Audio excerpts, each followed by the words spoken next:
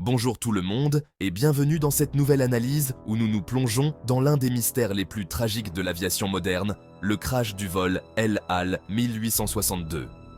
Le 4 octobre 1992, un Boeing 747 cargo d'El Al reliant New York à Tel Aviv s'est écrasé à Amsterdam, entraînant des pertes humaines considérables et des questions qui résonnent encore aujourd'hui.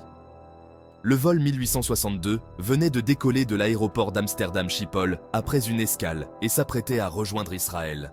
Mais quelques minutes seulement après le décollage, le drame a frappé. L'avion a perdu 2 de ses moteurs droits, un événement extrêmement rare et dangereux. Imaginez la terreur des pilotes alors qu'ils luttaient pour maintenir l'appareil en l'air tout en faisant demi-tour en urgence vers l'aéroport. La situation s'est vite détériorée. L'avion, lourdement déséquilibré et difficile à contrôler, a commencé à perdre de l'altitude. Malgré les efforts héroïques des pilotes, le Boeing 747 s'est écrasé sur un immeuble d'appartements à Bijlmer, une banlieue d'Amsterdam. L'impact a provoqué un incendie massif, causant la mort de 43 personnes, dont les 3 membres d'équipage et de nombreux résidents au sol. L'enquête a révélé que la perte des moteurs était due à des défaillances structurelles au niveau de leur fixation. Cet incident a mis en lumière l'importance cruciale de la maintenance et des contrôles techniques des avions.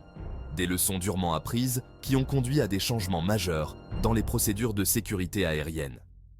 Malgré tout, le crash du vol El Al 1862 laisse encore des questions sans réponse et des familles endeuillées.